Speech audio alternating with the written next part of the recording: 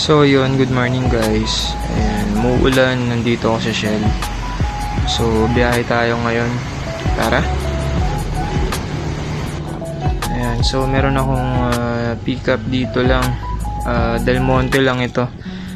Going to Vertis. Ayan, so tara, punta tayo ng Vertis. Ihatid natin siya. So ngayon nga medyo maulan talaga ngayon, medyo mahirap talaga magbiyahe.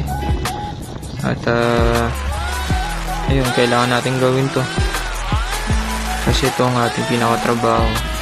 Ayan, so nandito na tayo sa Vertis. Grabe, sobrang nagbago na yung Vertis. Meron ng bagong soldier dito, tsaka napakadaming U-turn na. Hindi na siya